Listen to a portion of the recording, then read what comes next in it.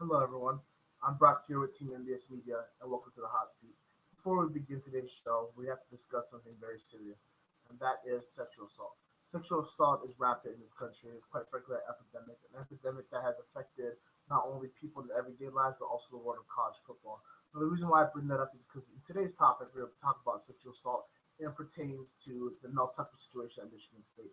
I have a wonderful guest coming on, and we are going to talk about everything Michigan State football, like we wanted to do for a while. But unfortunately, this is a pressing matter, and we need to discuss it first. To give a little bit of intro, the Michigan State head coach Mel Tucker is being accused of sexual harassment from Brenda Tracy, a sexual assault advocate for victims and also a survivor of sexual assault herself. Once again, we're going to be diving into a very tough and difficult topic. We're going to do it as respectfully as possible, but we will be talking about things that can be triggering for some. Just note that we here at Team MBS Media support all survivors, and we are here for you. So if you guys have any questions, any comments about that, let us know. And here we go. Let's begin the show.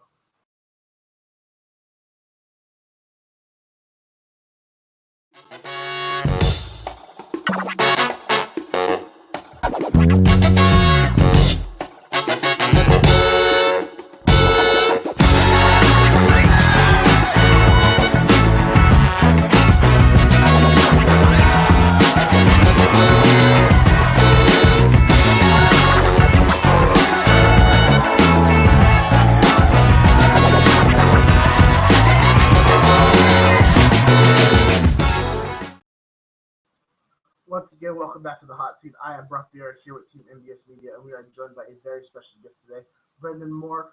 He is a college football writer with Sidelines Sports Network and Dimers.com. He has an insight to Michigan State football and basketball. He's a staff writer for Spartan Rival, and he's here to talk about everything Michigan State. As previously mentioned, we're going to jump right into the situation pertaining with Michigan State head coach Mel Tucker. But before we do that, we want to welcome him to the show. Welcome, Brendan. How are you doing today? Good, Brock, man. Thanks for having me. Good to talk to you. Absolutely.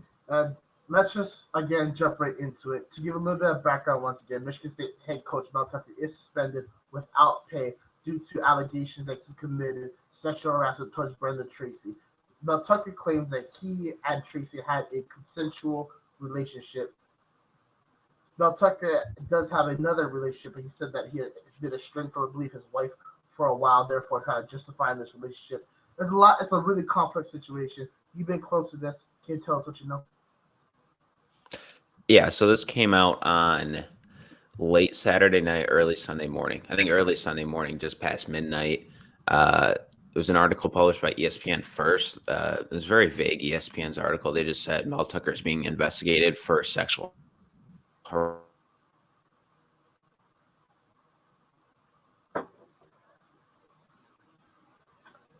day. Uh, and that pretty much went into way more detail.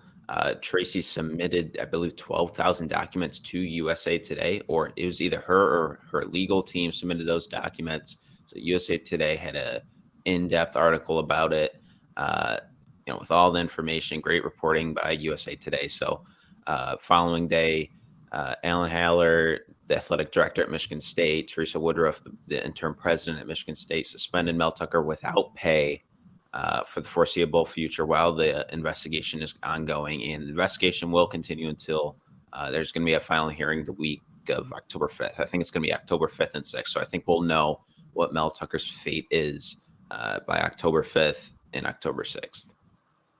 Absolutely. So one crucial part to this is that if Mel Tucker is found to have committed these acts, he will have been found. His fine will have been found with cause. Therefore, Michigan State will no longer have to pay him his huge salary, still remaining on his extension that he signed, I believe, 2 years ago. Does that have any factor into this investigation, or is that just something on the side that people want to bring up for whatever reason? I mean, it shouldn't. I mean, realistically, though, it might. You know what I mean? So, yeah, it shouldn't have a factor just because we're dealing with a serious situation of sexual harassment here. But I'd be lying if I said I don't think that Alan Haller in the back of his mind is like, okay, I might be able to get out of $80 million, paying this guy $80 million. So, yeah, it shouldn't have a factor, but it realistically might. Yeah, Absolutely. And, obviously we don't ever want to go straight to the money, but unfortunately, money is the root of all evil. And that's something that's been brought about, multiple times when it comes to this case. Going back to what Brenda Tracy claims, let's go back to a little bit of how they got even involved. From what I've researched on, please correct me if I'm wrong, Mel Tucker brought in Tracy, who is a sexual assault advocate for victims, to speak to the team about sexual assault, how to, avoid situations, things that basically give the basic spiel on how to be a decent person.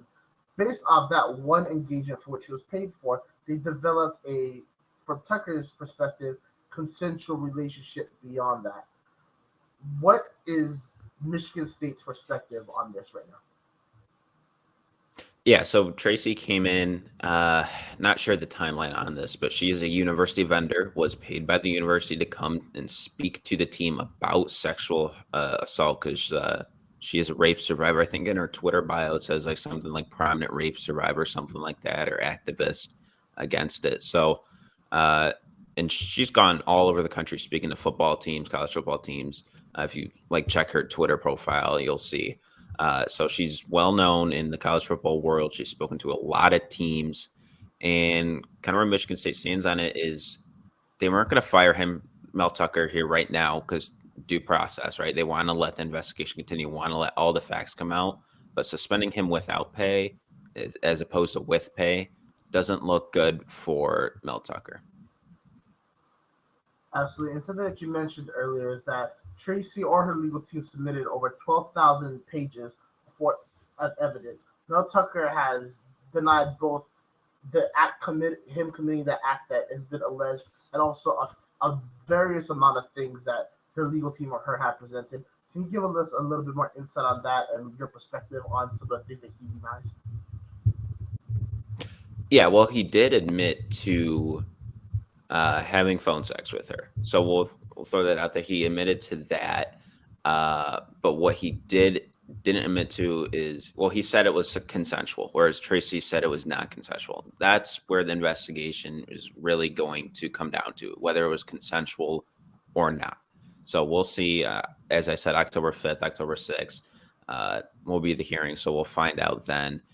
Either way, I don't think it really matters when you're having in a kind of a sexual relationship with a university vendor. I think that would violate the school's policy, and I do think he will be fired with cause, but we'll see. So that's a very important part that you brought up, is that whether or not this was consensual, he did admit to having, a sexual relationship with a university vendor, and that could just automatically allow the university to ignore everything else and fire him based off that. Something that we have to think about moving forward as we approach October. The last question I have for you about this issue, I'm quoting a quote from Mel Tucker that was written in the Lansing State Journal, and that Mel Tucker said, Miss Tracy's attorney told us from the very beginning that I should not lose my job over her allegation, but it would take a lot of money to make it go away. Her twisting of our personal relationship months after it concluded is designed to revive her career and destroy my life, precipitated by her greed. So to break that quote down, basically what they're saying is that Brenda Tracy is trying to use Mel Tucker's status as Michigan State's head coach in order to gain financial wealth for herself and also to get her back shown in a prominent light. Now, the wealth is one part, but the second part, whether it is a direct result of this or whatever has happened, we are all talking about Brenda Tracy. Should it come out that this Mel Tucker is proved to be innocent, do you think that there's any chance that he could save his job? It doesn't look good. I'll be honest. What he's already admitted to, which is having phone sex, is already breaking school policy. Probably. I mean, we'll see when the investigation is complete if that does break school policy. My guess is it will. So what he's already admitted to, it just doesn't look good for his future at Michigan State. Absolutely. And so last question about this topic is talk about the future of Michigan State. What does the future in general look like for Mel Tucker if he does exit for the Spartans? Well, first, Michigan State will get out of that $95 million contract that they have him signed for 10 years. So I would say that's a positive in most instances. Most Michigan State fans would look at that as a positive because now, okay, starting fresh, get a jump start on the coaching search because they would fire him probably, like I said, October 5th, October 6th, or sometime after that in the near future after that. So they'd probably be one of the first schools to be looking for a head coach outside of Northwestern. And that's a big deal because a lot of coaches we saw last year in the cycle fired in October. We saw, I think there was a coach fired in September last year. I think it was Arizona State's Herm Edwards was fired in September. So they can get a jump start on that head coaching search. That could be a big deal because I remember last coaching search for Michigan State when D'Antonio stepped down. He stepped down in like late January or February. So Michigan State was well behind the eight ball in that coaching search cycle. Hired Mel Tucker. I don't think he probably wasn't the first choice for Michigan State.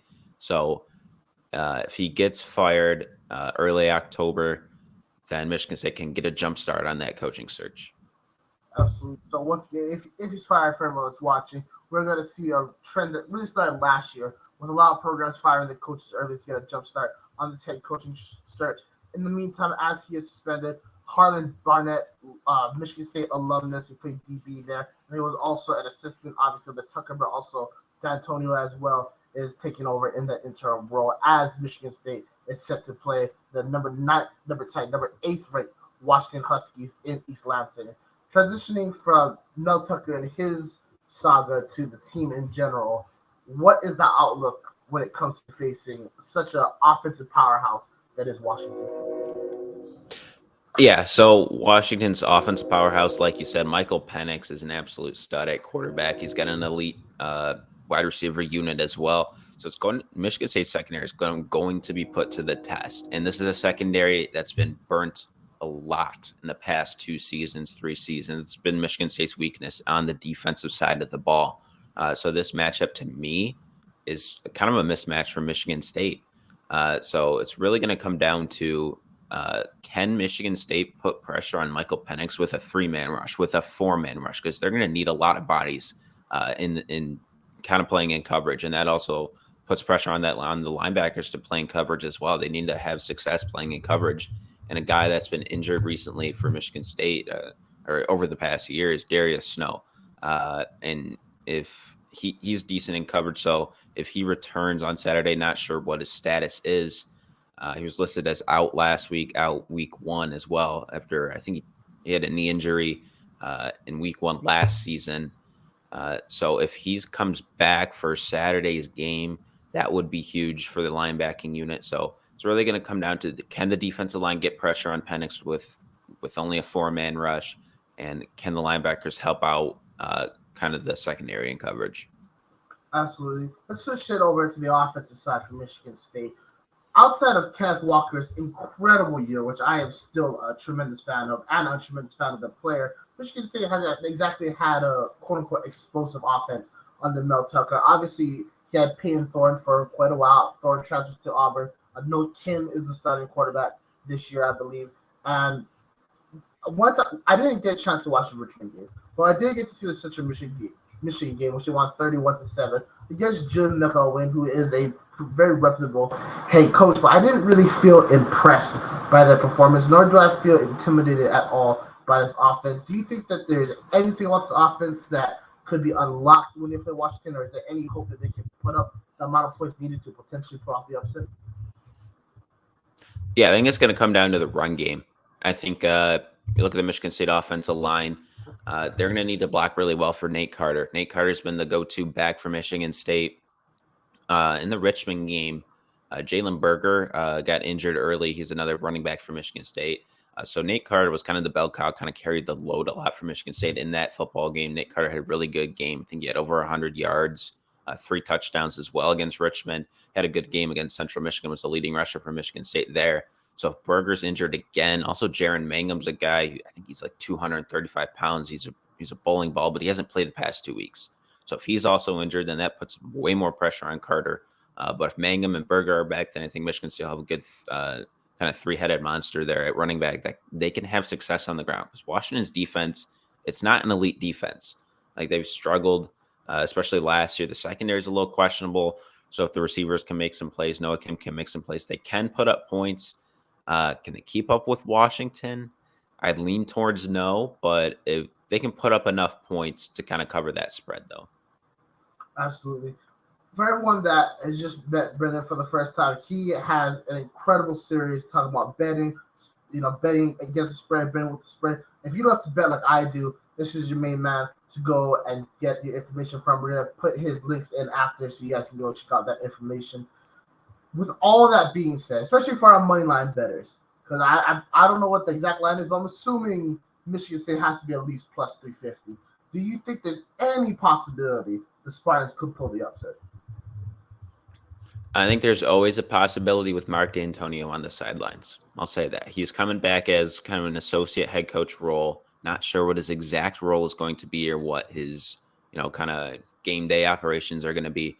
But whenever D'Antonio's on the sidelines, you do have to watch out. You know what I mean? So I personally wouldn't go money line with Michigan State. I think the spread is the safer bet just because of the mismatch between Washington's passing attack and Michigan State's secondary. But I do think this game is worth watching. I know it's on Peacock, so maybe a lot of people won't be able to watch it, but I do think this game is worth keeping an eye on. Absolutely. And I'd like to add, Peacock is the worst thing to happen to college football. It makes watching a game so difficult and it's so unnecessary. Please just put it on NBC. You can put a game before or after Notre Dame. It's not the end of the world. Now, Washington obviously is coming into the Big Ten. And as you mentioned, there has been some really questionable issues that happen with head coaches in the Big Ten. You mentioned Northwestern having a job opening because of the Pat Fitzgerald and Hazing incident. We talk about this Mel Tucker incident right now. Jim Harbaugh was suspended, but that was just for buying a kid a burger, but he still violated NCAA rules. You look back at the conference, you go to Jim Tressel, you go back to Woody Hayes punching a player in the head. The Big Ten has had a really bad reputation when it comes to hiring coaches. A lot of coaches either flame out on the field or set up a scandal off of it. Is that history going to factor when Michigan State looks towards who they hire for the next head coach in the case that Mel Tucker gets fired? I mean, no, not really. I mean, you just got to go after the best guy, really. I guess I don't know if you wanted to hop into coaching candidates, but two names I'll throw out there that are unrealistic, but I think you kind of have to give them a call are Deion Sanders and Brian Hartline. Like I said, unrealistic, and they're probably not going to land them just because I think Deion's going to wait for kind of a blue blood program to give him a call to leave Colorado. And I think Hartline likes what he's doing at Ohio State as the offensive coordinator there. But I think those are two guys you have to give a call. See, that's a very interesting thing. Obviously, Deion Sanders is a given. I mean, how could you not after what you saw? But Brian Hartline is a curious case because I don't really know how to assess him as a coach. I want to get your thoughts on this when it comes to him being inserted to Michigan State's football program. Of course, if he comes over, you guys are going to have the greatest wide receiver core in college football, bar none. That's what he does. However, how is he going to be able to effectively recruit with a significantly lower NIL budget? Is he going to be able to be a CEO of a program? Does he have that personality? But most importantly, when you bring in a guy like that who has a strong offensive coordinator, you want him to either bring in or personally design that offense. I have some major questions for him about as a play caller and as a play designer. Sometimes I think his plays are a little, how should I say? I don't want to use the word soft because it's not what I'm looking for. It's a little bit too fancy for Big Ten football, and especially a place like Michigan State. Do you share any of those concerns, or do you think Hartline is ready to go right away? Yeah, I do. He's definitely a risk, more riskier than other candidates would be. And you look just at the identity of Michigan State; they're a tough, hard-nosed football team, led by the defense typically. So kind of go away from that identity, and there's some question marks. You look at Wisconsin, kind of shifting to more of an air raid offense, and they've been struggling out the gate. They struggled against Buffalo. They lost to Washington State. We'll see what happens this week, but it might take some time for for Wisconsin to really change into that new identity. So Hartline would kind of be a change of pace for Michigan State, and but he's a good recruiter. That's what he can bring to the table. I'm not as concerned as with the NIL budget, but Hartline's a good recruiter. I think he can make things happen, especially on offense. As long as you hire a good staff, I think Hartline can be successful as a head coach. Hartline and Dion are two very interesting candidates. Obviously, we know what Dion brings, especially for the head coach position. Hartline's more of a question mark for a multitude of reasons, especially since he doesn't have the experience in that position. There are four other candidates I want to bring up that I kind of had penciled in and being in consideration for the job. Not only from what I know, are their off the field, behaviors clean enough, but they've also had a lot of success as on the field, and their offense and defense runs more in the Michigan State style. Three of them actually made a really big impact in the state of Wisconsin coaching. First guy is going to be former University of Wisconsin head coach Paul Chryst. He's an analyst right now at Texas. He's with Steve Sarkisian, so he might bring a little different look to that offense based on what he's seeing down in Austin. He has success in the Big Ten, and he went to the Rose Bowl with Wisconsin. Another coach is former Wisconsin head coach, former Arkansas head coach, and Illinois head coach Brett Bielema. I know I just butchered his name. We saw what he did last year, turning the Illinois program around. They just sent Devon Witherspoon, Sidney Brown, Jatavius Martin, and Chase Brown all to the NFL. I think it would be an interesting fit, especially with the way that he just loves to ground and pound with running the football. The other choice is going to be University of Kansas head coach Lance Leopold. What he's done at University of Wisconsin, Whitewater, Buffalo, now Kansas, it just screams that he's always overachieved. Now, when you go to a place like Michigan State, you're going to have to overachieve because you do have those big rivals of Michigan in conference, or at least in the same division, as long as they have divisions. You also have Penn State, who has just signed James Franklin to a long-term deal and has great players. Wisconsin and Ohio State as well. I think that he's a guy that could elevate Michigan State back up that Year 6 college football playoff contention. And the last guy is going to be Matt Campbell of Iowa State. I think he's hit his ceiling. He hit a ceiling there like 2 years ago, but it's clear that it's not getting any better for him, especially in the Wikileaks gambling scandal. He's done all he could for the Cyclones, but they are a program that has a low ceiling for a reason. I think because to Michigan State, it would be kind of the right fit both from a character standpoint and from a coaching standpoint. What are your thoughts on those four candidates? I think Chryst and Bielema would kind of be settling for kind of a Big Ten guy and a guy that's going to get you 7 to 8 wins a year. I think Michigan State wants to hit a home run with this hire if they do end up getting rid of Tucker. I think Leipold would be a really good get. Like you said, he's overachieved everywhere he's been. Buffalo, Kansas, Wisconsin, Whitewater. So I think what Leipold's done in 3 years at Kansas is pretty incredible. Like I was watching them last week against Illinois. Like this team looks like a Big 12 contender under Leipold. So he would be, I think, a really good get out of those four candidates you said. I think Leipold would be the top guy. Like Campbell wouldn't be a bad get at all. But like you said, he's kind of capped out at Iowa State in that gambling scandal. Who knows? It could maybe want him. He might want to get out of Ames there. Another name I'll throw out there is Mike Elko. I think he's going to be a hot commodity in the coaching world this offseason because he's at Duke right now. Has had a tremendous success at Duke. I think he's in year 2 now. Won 9 games in year 1 after only projecting to win like 3 or 4. So they were projected to have an awful team last year. Riley Leonard's a stud quarterback there. But Elko, I think, is another name to watch out for. I think Elko and Leipold would be my top 2 outside of Sanders and Hartline. Absolutely. Keep in mind that Mike Elko also upset Clemson this year. He has a legitimate NFL caliber prospect at quarterback in Riley Leonard, and that defense is just fantastic to watch. Mike Elko, well done. But personally, just to add it in, I think that if things continue to go bad in College Station, Elko could be returning real soon for Jimbo Fisher's job. But that's a conversation for another time. But sorry, yeah, don't mind if I. Yeah, Please. Elko's a defensive guy, so that will also fit Michigan State's identity, which is also I think they want to return to kind of a defense. Tucker is a defensive guy, but so I think they do want to keep it head coach kind of as a defensive guy. So Elko would fit that bill. You are absolutely right, especially when you go against those high-powered offenses in the Big Ten, and then also with the teams coming over USC, UCLA, Washington, and Oregon as well. You definitely need a solid defense. Kind of transitioning from the coaching to the future talk to just what is the moral line I want to talk for Michigan State for a second. And I call this the Hugh Freeze line.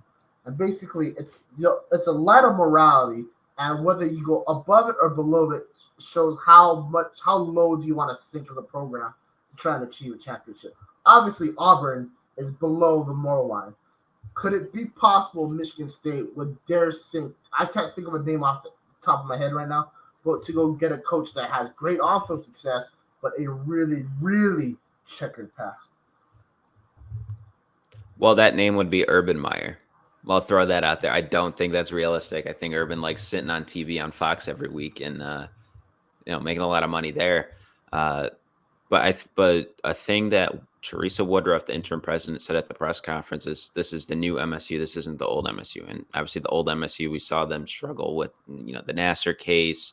There's other instances of sexual assault, sexual harassment, and now this, obviously with Tucker. So I don't think they would get someone with a super checkered past. Obviously, winning, you got to find the balance between winning and that checkered past. You know what I mean? So it'll be interesting to see who they go and get if Tucker gets fired here. Yeah, absolutely. And yeah, Urban Meyer was the name that people thought of. Unfortunately, I saw Art Briles in an Oklahoma shirt this weekend because his son-in-law, Jeff Lebby, is the OC down there. And it looks like he wants to coach again. Or a guy like Kendall Briles if they ever tried to bring him up. So those are some of the things I was also thinking of that Michigan State should definitely stay away from. What if Nutuck gets fired? Whoever inherits the program has to build a program through recruiting. That's the only way.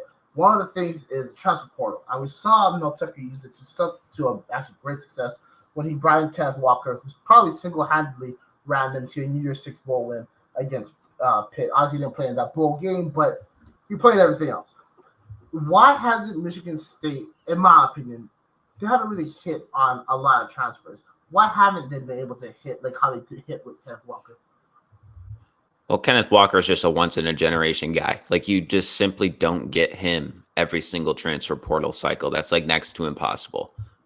He might have been the best transfer portal get out of any team in the country, since the transfer portal was invented. So it's just hard to kind of repeat that at a program like Michigan State. If you're like an Alabama or you're Georgia, you have more resources, then maybe it's more realistic to get a Heisman contender out of the portal every single cycle. But Kenneth Walker was kind of a once-in-a-generation player for Michigan State, and it just so happened they got him out of the portal. So kind of expecting that every single year is a little bit unfair to Michigan State. I do think they've gotten some solid players out of the portal recently, like Jacoby Windman's a really good linebacker for Michigan State now.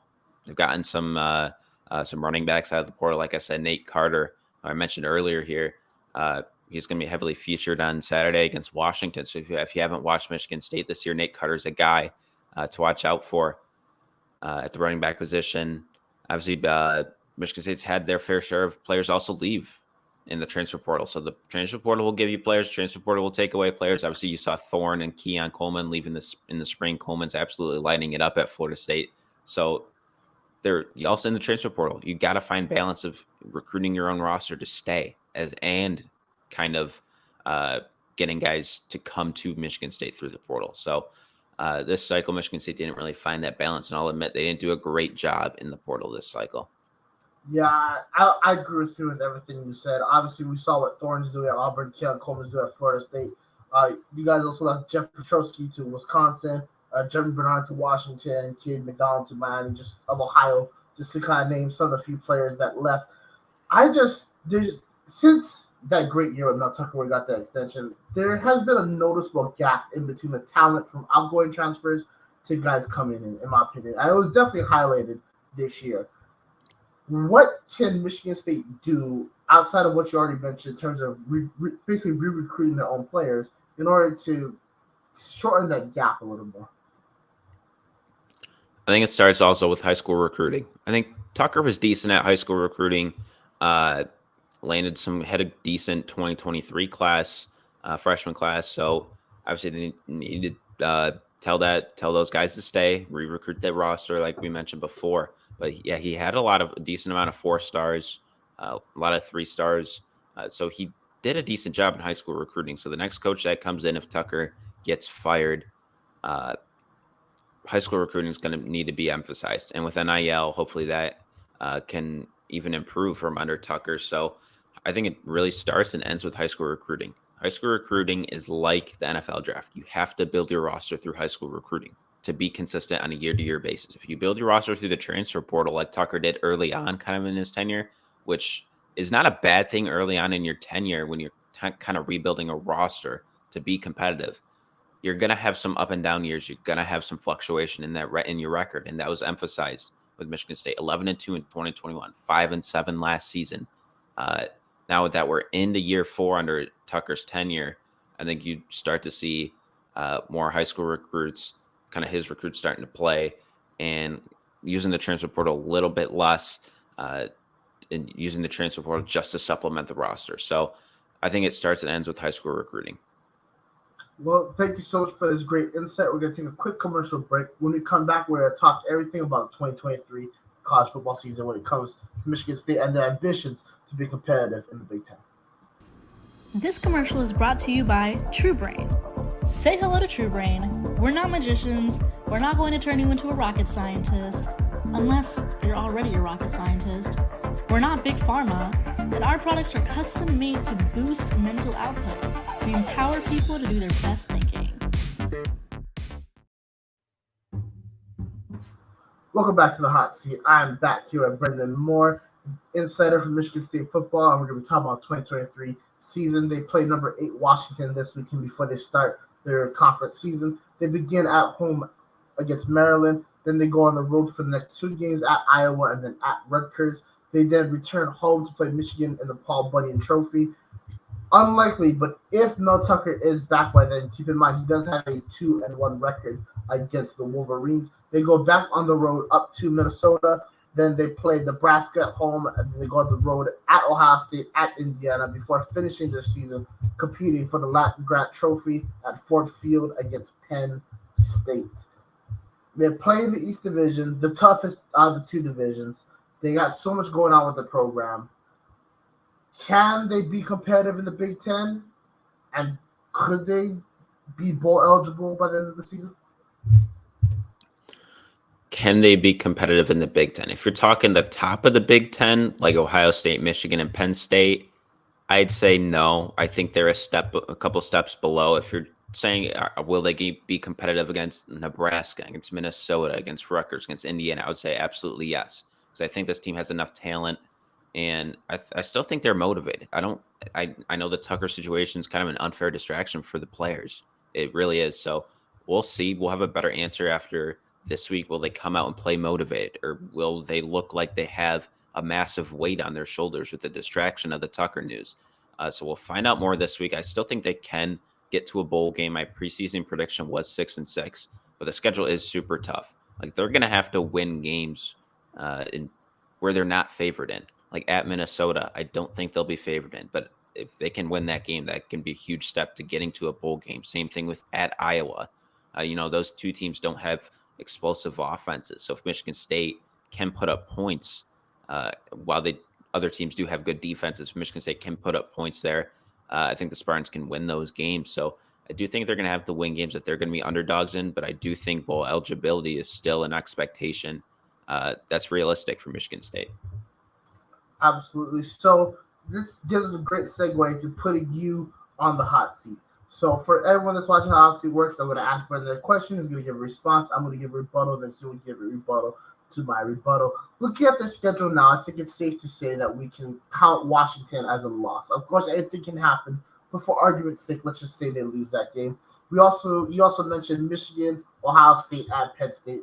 Let's say that they lose those games. That places them at 2-4. They'll be 4 games away from being bowl eligible. I want to break down Maryland, Iowa, Minnesota, and Nebraska as games that could Michigan State win or could they lose. We're going to stay off Rutgers for right now. I think we can say that should be a win. And then we'll stay off Indiana because, well, we all saw what Indiana is like. In this scenario, this team is highly motivated and they're playing at their best football. I'm going to ask you why Michigan State should win against each team. I'll give my rebuttal, and then you'll give my rebuttal. And you give your rebuttal to my rebuttal. Let's begin with the Maryland Terrapins. You guys play at home in your Big Ten opener. Why will Michigan State win that game? I think they would continue their momentum if they have a good performance against Washington, but come up just short. I think they can continue the momentum into that Maryland game, stay motivated because D'Antonio is really good at motivating the players. Players will play for Mark D'Antonio. I think Harlan Barnett's also a guy that'll motivate the players. He talked with each player individually this week, kind of get their feel where their head's at. So also Maryland, I'm a little concerned with the offensive line and the defensive line from the Terrapins' point of view. I don't think they returned. I think they returned one or two starters on both lines of scrimmage, like altogether. So Maryland has some question marks. They didn't look great against Charlotte last week. We'll see what Maryland looks like this week against Virginia. But I have questions with Maryland and yeah, Tully is a good quarterback, good wide receiver core. But I think Michigan State also has some talent on the offensive side to hang with Maryland if they turn it into a track meet. You make great points, but I say that the pen is mightier than the sword. And Mike Locksley is one of the most underrated coaches out there in college football. He has a veteran quarterback in Talia Tagovailoa, and then Maryland hasn't been able to adequately replace all the players that they lost last into the NFL draft, especially quarterbacks Corian Bennett and Deontay Banks. Locksley and that coaching staff have a long history of being able to put players in the right position in order to succeed. Now, we did have some grave concerns when it came out to the game last week against Charlotte. They didn't look overly impressive, had to pull away late excuse me, in order to get that win. But they have a great tune-up game this week against Virginia. Virginia is a really bad Power 5 team, and Tony Elliott, in my opinion, is not a very good coach. I don't want to take a deep dive into Virginia, but I think it'll be the perfect stepping stone to give the Terrapins the confidence to go to East Lansing and win. Once again, I think Locksley is one of the best play designers and play callers in college football. And when you have a team that just came off of an absolute war against Washington, you have to play a team in Maryland that has not only an easier opponent, but an extra day off as well. Your response? Yeah, those are all very good points. Like Maryland's going to have the rest advantage. They're going to have an extra day of rest, and Michigan State might be worn down because they have a tougher opponent. But you mentioned the coaching staff. One of my least favorite hires of the offseason was Locksley hiring Josh Gaddis as the offensive coordinator. Josh Gaddis was the offensive coordinator at Michigan. I think he won the Boyles Award one year, but went down to Miami last year. It was very poor. The offense was very poor. Tyler Van Dyke took a step back from his 2021 campaign into 2022. It was actually worse last season than he was 2 years ago. And Gaddis was kind of a new face. The offense really struggled. Miami went 5-7. So I don't think Gaddis is the right hire for Maryland. Yeah, very fair point. Talk about really bad offensive coordinators. We transition to you guys' first Big Ten road game of the year. You guys go down to Kinnick Stadium in Iowa City, Iowa to play the Hawkeyes. Brian Ferentz is on his 25-point per game kind of contract, which is one of the more hilarious things to see. And he has yet actually to hit 25 points in either Iowa's games yet. But that's not the point. What does Michigan State need to do in order to beat the Hawkeyes in a very tough place, Iowa City? Well, they need to put up points because Iowa's not going to score. They're not going to go out and score 49. You know what I mean? So Michigan State, they need to get the offense going from the start, get a jump on Iowa because that atmosphere is going to be electric. Kinnick Stadium is always a tough place to play. So if Michigan State can jump out to an early lead, kind of take control, play well on the defensive side as well, I think they can win that game outright. Yeah, they'll be underdogs, but I think if they can put up points, Iowa's not a team that's going to put up a ton. So we'll see. Yeah, absolutely. You said Iowa's not going to put up 49. I'm not sure they can put up 9. That's just how poor they are. But they don't need to put up 9 when they're winning football games like it's 1910, 7-6. And that's exactly what this Iowa Hawkeyes team is. They have a brilliant defensive coordinator in Phil Parker who does not get anywhere near the flowers he deserves for the work that he's done for the Hawkeyes for so long. They have a veteran head coach in Kirk Ferentz. And despite Brian Ferentz's best abilities, they somehow find a way to score, more times than they probably should. I think the inclusion of Cade McNamara at the quarterback position has completely revitalized this Hawkeyes offense. And, of course, Eric All as well. They have a really good running game, of course, propelled by that strong offensive line. But that young running back they have, too, might be potentially the best Iowa running back we've seen for the Hawkeyes in about 5 to 6 years. No disrespect to everybody else, but let's be real, Iowa has not had good running backs anyway. I think after playing Washington and Maryland back-to-back, two teams that can definitely beat you through the air, the defensive linemen per se might not have the ability to just get pummeled each and every single play. Because I was going to wear on you. And I was a defensive lineman. I remember we would go against teams that run the run and shoot, and it would be the best thing ever because you just pass rush you all day. Then you go against a team that runs Power Island next week. It's definitely a little bit of a transition. And that's exactly what's going to happen in Iowa City. And Iowa just grinds out a win like they normally do, unless, they don't score enough points and then Kirk Ferentz tries to kick an onside to try and save his son's job. I don't know. That's a kooky world that I don't want to explore.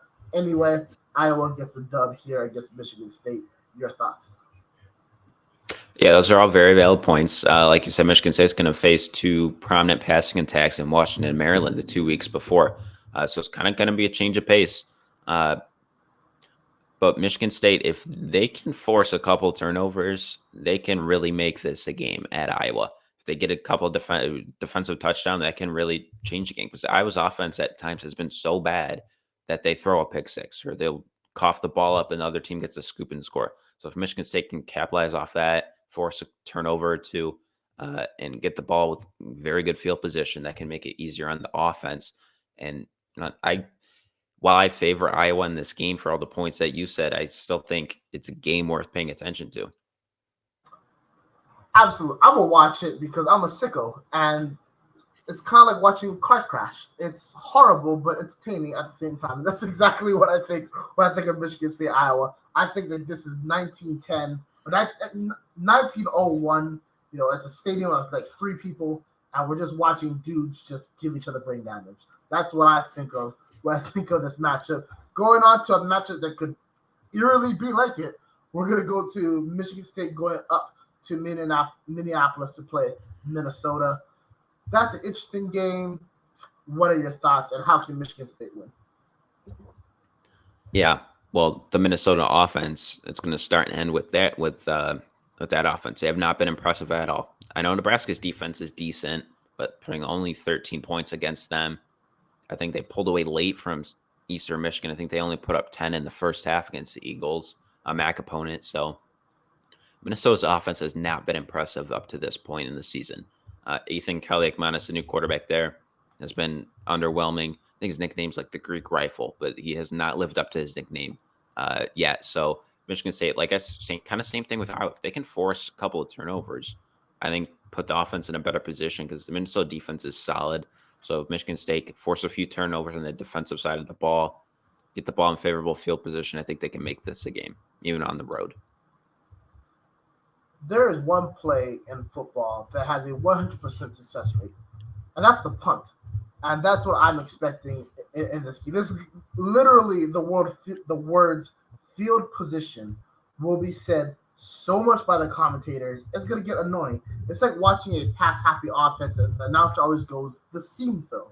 Like, we don't need to hear the word seam again. We know what's going to happen. And Minnesota offensively is garbage, terrible, trash.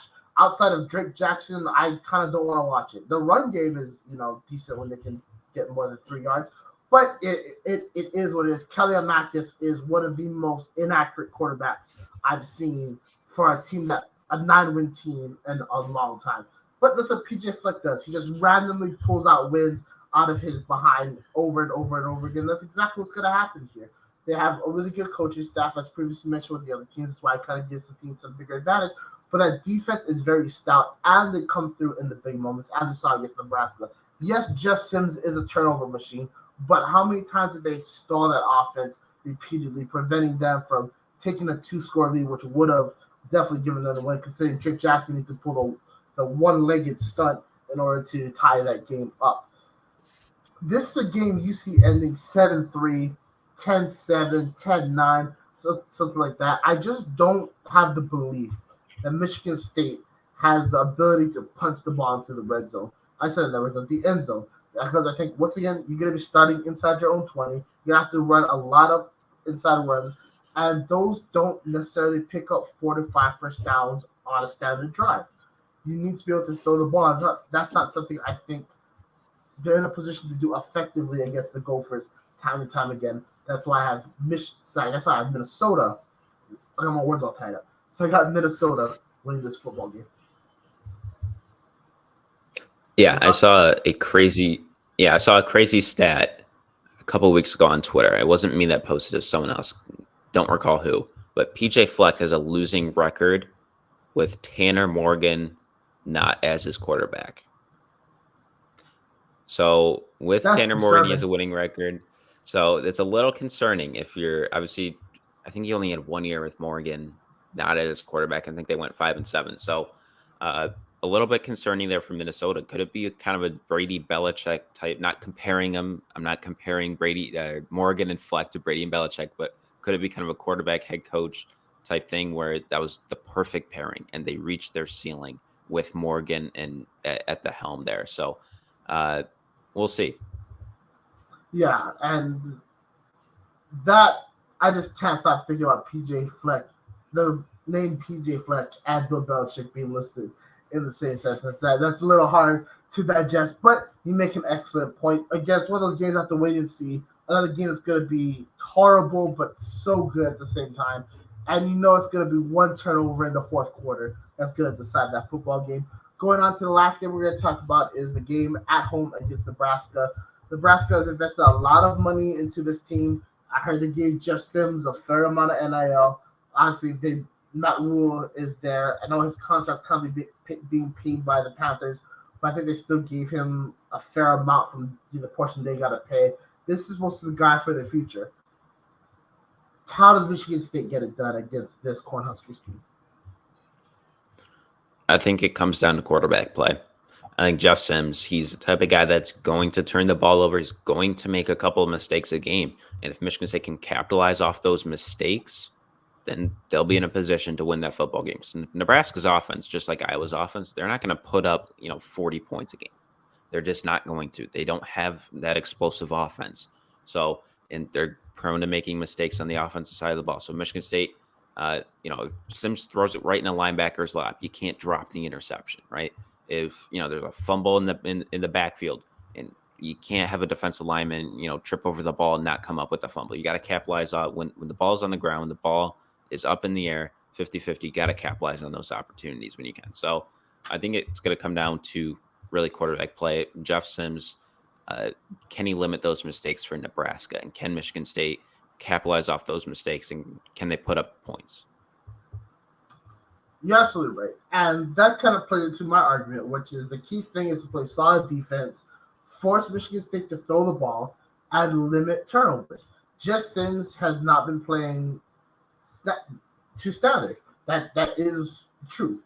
He is not a Division I quarterback, but based off of his play so far. I think he has 6 turnovers in 6 quarters or something like that. I don't know what the final stats were after that Colorado game, but that's disturbing to have 6 turnovers in 2 games. You might as well think Tom Osborne is going to be on the sideline the way they should be running the option offense against Michigan State, because I think they can generally put up 17 points. I think they can hold Michigan State under 10. Nebraska has a really tough front seven, and led by Ty Robinson. Their weakness does come to that DB room, but that requires Michigan State to put the ball on the money consistently, or just to straight up mock somebody on a repeated basis. If that's happening to you, you have bigger issues than just trying to win this football game. That's deeper issues inside that football program. But that's a different story for another time. Going back to just the X's and O's of this game, I don't see Michigan State being able to run the ball effectively against Nebraska, at least to a point where they can punch the ball to the end zone more than once a game. I think that if Nebraska plays within themselves, they do not commit turnovers, and they just keep pinning you guys inside the 20, I don't see a way in which they don't win. I think that's what Nebraska should do in order to get the dub in East Lansing. Your rebuttal? Yeah, you mentioned the Nebraska DBs. Noah Kim, I know it's against Richmond, but he did complete 18 of his last 19 passes. So he was extremely accurate down the stretch, or for majority of the game against Richmond. Was really good on deep balls. I think he hit Antonio Gates for a touchdown on deep ball. So Kim has shown off his arm a little bit, his downfield accuracy. I obviously we'll need to see him against tougher competition, and we'll see that this week against Washington. So if Kim performs well against Washington, is accurate with the football, I think the world, kind of the country, will kind of change their opinion on Michigan State's quarterback here. Well, of course, we'll also have to wait and see, but it sure is fun to, predict all what's going to happen. Let's do a little bit more predicting, but first I want to get everyone your info, where they can find you, your social medias, any other articles that you're writing, what's going on with you on, in the world. Yeah, follow me on Twitter. Follow me on Instagram at BMooreCFB. That's BMOORECFB. I do betting columns with Sideline Sports Network. I'll post them on my Twitter. So if you just follow me on Twitter, follow me on Instagram, you'll find all that. I write articles for Spartans Illustrated, which is the rival site for Michigan State fans. So if you're a Michigan State fan and you're listening to this, go to SpartansIllustrated.com. Become a subscriber. I think we're running a promotion. Get it for free through football season. We're covering the Mel Tucker investigation probably better than anyone. So get to Spartans Illustrated, and we have you covered. Keep in mind, everyone, that the reason why Pat Fitzgerald's and his Hazy Incident came tonight is because of on-the-ground journalists, just like Brenda and the great work that they're doing over there at Rivals for the Michigan State's page. Checked out that great work. Let's do a little more predicting when it comes to the outlook of Michigan State. What does 2024 look like for the Spartans in terms of their recruiting strategy and who's the head coach as they enter that season? Yeah, so to answer the head coach question, I don't know. That's the best answer I can give. I think it's unfair to kind of speculate at this point. I mean, could it be Tucker? It's unlikely, but it could be. Could it be someone else? Yeah, probably.